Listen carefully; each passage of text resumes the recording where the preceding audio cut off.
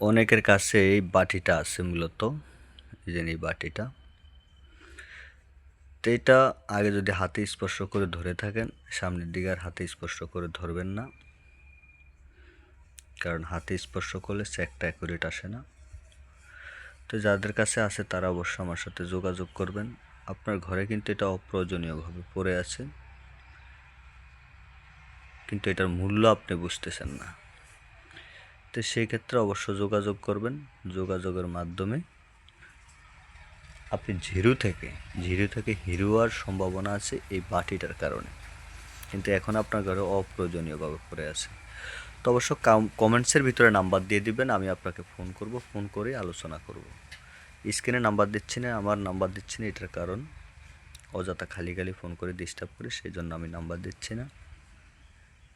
যাদের কাছে আছে, যাদের কাছে সত্যিকারে আছে, তারাই ফোন করবেন, অযথা কেউ ফোন করে ডিস্টার্ব করবেন না। আর অনেকে এটা যেমন ময়লা কাচরা থাকবে, দাগ থাকবে, এগুলো আপনার পরিষ্কার করার কোনো দরকার নেই। যেভাবে আছে ওইভাবে পরে থাকবো, ওইভাবেই আপনি আমাকে দেখাইবেন। বাংলাদেশের যে কোনো জায়গায় আছেন বা যে কোনো সমস্যা নেই, আমি আলোচনার মাধ্যমে আপনি যেখানে আছেন সেখানেই যাব। এই যে এই বাটিটা, অনেক গ্রাম অঞ্চলে এটা কাঁচের বাটি বলা হয়।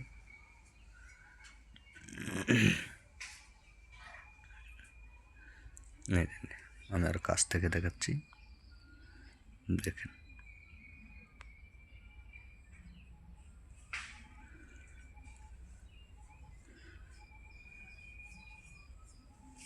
কিন্তু আপনার ঘরে এটা অপ্রয়োজনীয়ভাবে পড়ে আছে, আপনি অবশ্যই যোগাযোগ করবেন।